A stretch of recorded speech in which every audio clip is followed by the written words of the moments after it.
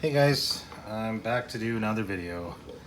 So we left off at number 7 and now I'm going to continue on with number 8. So number 8 says all of the following are true with regard to fittings and transitions used in air duct systems, except that A, they have pressure losses or loss greater than a predetermined length of the same size duct. They can be used to change the direction of airflow in the duct. They have the same pressure loss per foot as the same size straight duct, or they can be used to change the velocity of airflow in a duct system. This question right off the hops is very confusing the way it sounds. But essentially what they are talking about is if I have a piece of duct and then I change its size, so a transition, or I change direction, so an elbow. Every time I change size or direction, there is a pressure loss that happens. Well, when air is traveling straight down regular ductwork that has no transition or change of direction, the air is subject to two types of losses. Well, in any duct system, it's subject to two types of losses. The first one is friction loss. So simply the air traveling down the ductwork, it's going to stick to the walls of the duct, and that's a friction loss, right? The friction means that it's sticking. So the air traveling closest to the duct wall is going to be slower than the air traveling beside it because it's sticking to the walls of the duct, and then the next layer of air is going to be sticking to that layer of air. So the fastest air tends to be right in the middle. So that's a friction loss when it sticks to the edges. When there's a change of size or direction, that's called dynamic losses. So as soon as air, because when it's in a straight piece of duct, air tends to be very straight. It's not quite laminar, but there's going to be little bits of turbulence in there because of the friction losses. But as soon as I change size, that actually creates quite a bit of turbulence. And definitely when I change direction, there's a lot of turbulence. So that's a dynamic loss. So whenever someone is sizing a duct system, any transition or elbow is going to have an equivalent length to straight duct. So if this here is 10 feet of duct, and if I wanted to calculate like an entire length, let's say this was 6 feet and this last piece of duct here was 6 feet, a transition might have the same amount of loss as 10 feet of duct. So this transition here would be equivalent to another 10 feet of duct, and this elbow might be equivalent to 30 feet of duct. So if I was going to add the lengths of this ductwork, it'd be 10 plus 10 is 20, plus 6 is 26, and then 30, 56, and then another 6 is 62, right? So this duct run would be equivalent to 62 feet. So I'd have to do a pressure loss for 62 feet, not just 12 feet, right? Or 22 feet, sorry. So that's what they're talking about with that. So the losses that happen in a transition or elbow are pretty significant. That's where a good duct design is very important. If I had an elbow that was a square throat, square heel like this, the air wants to slam against the back and it kind of tumbles around and then barely comes out the top end here. So the equivalent of straight duct for a square throat, square heel elbow is like 100 feet of straight duct. So you want to have long swooping elbows with at least a full throat, and then you can reduce the equivalency down to like 10 feet. So duct design is incredibly important. All right, moving on. So the right answer here is going to be C. That they all of these are true except that they have the same pressure loss per foot as the same size of straight duct, right? That's obviously not true with what I just explained. A device used to control and balance airflow in a forced air system is a damper. So on the very first day I had that, or the first video I made we had those drawings of duct distribution systems, and I showed you where the balancing dampers are. So typically anywhere there's going to be a run that goes to a grill in the floor, there's going to be a damper there, so you can adjust how much airflow goes to each individual run. So that one's going to be a damper.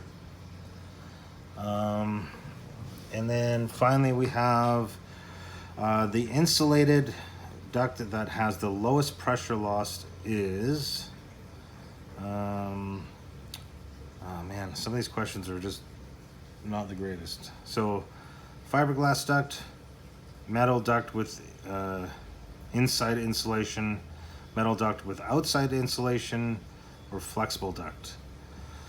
So if we went back to that question 8 there where I was talking about losses, you know, that first loss I talked about, the friction loss, if you think about it, ductwork that's nice and smooth is going to be less likely to stick, right? So so smooth metal ductwork is going to have the least amount of friction loss, so the pressure loss is going to be the least in that. As soon as I stick insulation in there, if it was insulation on the inside, that's going to be have a greater pressure loss because it's going to be hard for the air to get by there. It's not as smooth, so it's going to stick to the insulation better. A lot of times insulation is necessary because it traps sound.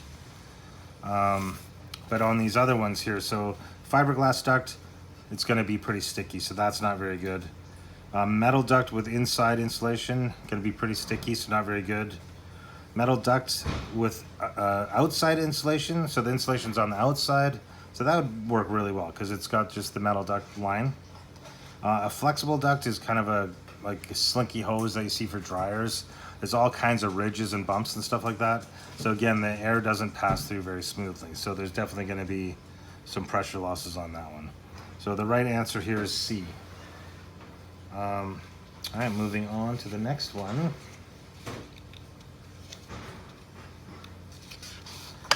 Number 11. Hopefully you can see that okay. So the best air handler configuration for where height is restricted would be low boy, upflow, horizontal, or downflow. So now this comes into furnace design. So there's a few different configurations for a furnace. The standard furnace is going to have the supply air coming out the top, and the return air is going to be coming in usually at the side of the furnace or the bottom. So this is an upflow furnace, right? Because it's the supply air is coming out the top. Then we have a downflow or counterflow, where the return air is in the top and supply air is coming out the bottom. So you would see these in places with crawl spaces, or like manufactured homes are actually one of the best spots to see these. Then we have a horizontal furnace, where it's going to be supply air coming out one side and the return air coming in the other side. So you'd see these in attics and stuff like that.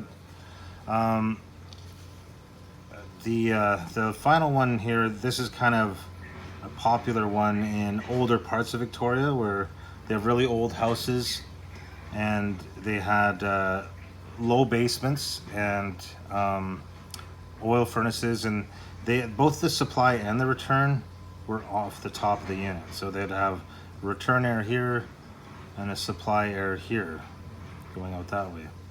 So they'd actually have two plenums on them. So this is a low boy. So horizontal, counterflow,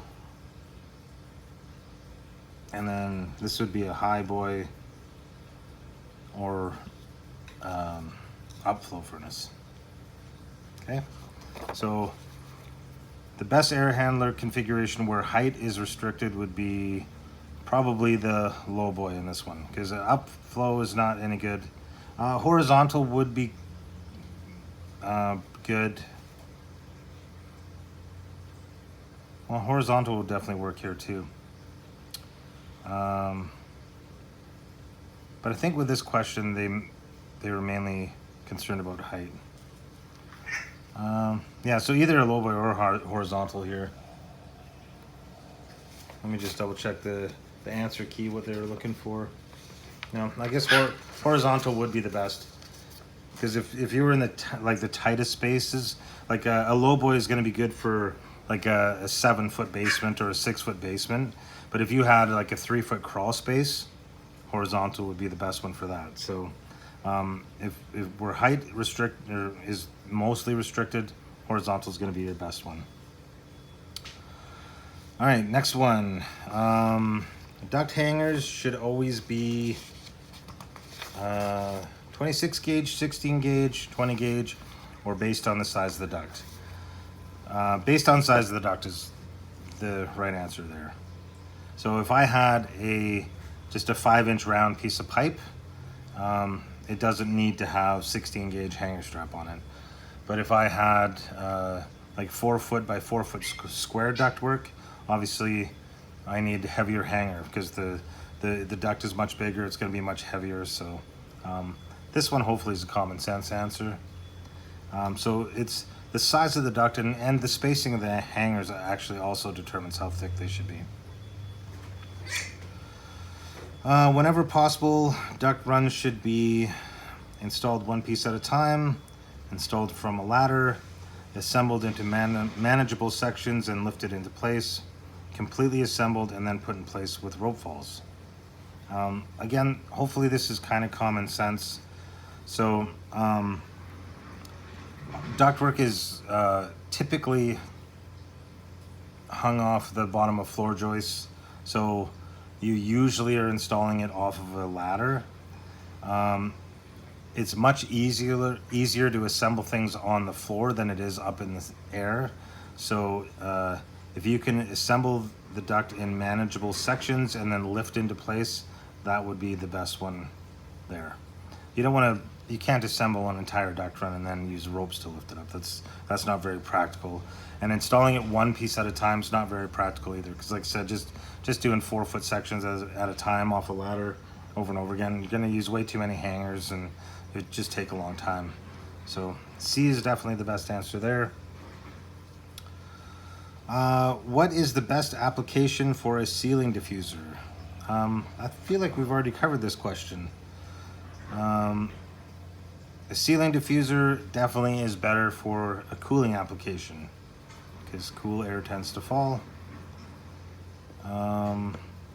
They can be used for both heating and cooling, like I've explained before, but the best application is a cooling application. What is the most common connection method for residential duct? Well, if you guys paid attention into the shop demo today, you would know that it's the slip and drive, although I called it S and drive. Slip and drive is just another name for it. But that's that little duct project you guys are making where it has the 2 pieces of duct that connect together in the middle, and it's got the little S cleats and then the drive that you remember, fold the little drives on there, put it all together and then hammer the drive on there. That's a S and drive or slip and drive connection. That's definitely the most common in residential. In a forced air furnace, the air filter is normally located blank between the burner and the heat exchangers, at the return air inlet, at the supply air outlet, in the ductwork. I think I don't have my drawing from yesterday, but if I show you a drawing of a furnace again, if I have a furnace and a supply air plenum here, and then the duct branches would come off of that. The return air side is here. Typically there is a filter right here. Filter. Because then you got the fan that is blowing the air up this way. So when you're bringing return air down into the duct system, before it enters any of the mechanical components of the furnace and goes back through the supply air, you want to filter it. Because if there's, you know, you're gonna get lots of dust, which is mostly dead skin. Could be bugs and debris. Some filters are really highly efficient, so they'll actually filter out flu viruses or allergens and stuff like that. So you want to definitely filter them before they get into the mechanical components, because if a bunch of dust and stuff builds up in the fan, it really starts to wreck the fan. So it's always before the return air side.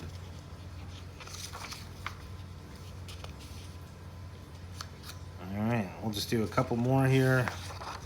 Keep this video so it's not super long. Yeah, we're already at 15 minutes, so yeah, I'll just do 2 more here.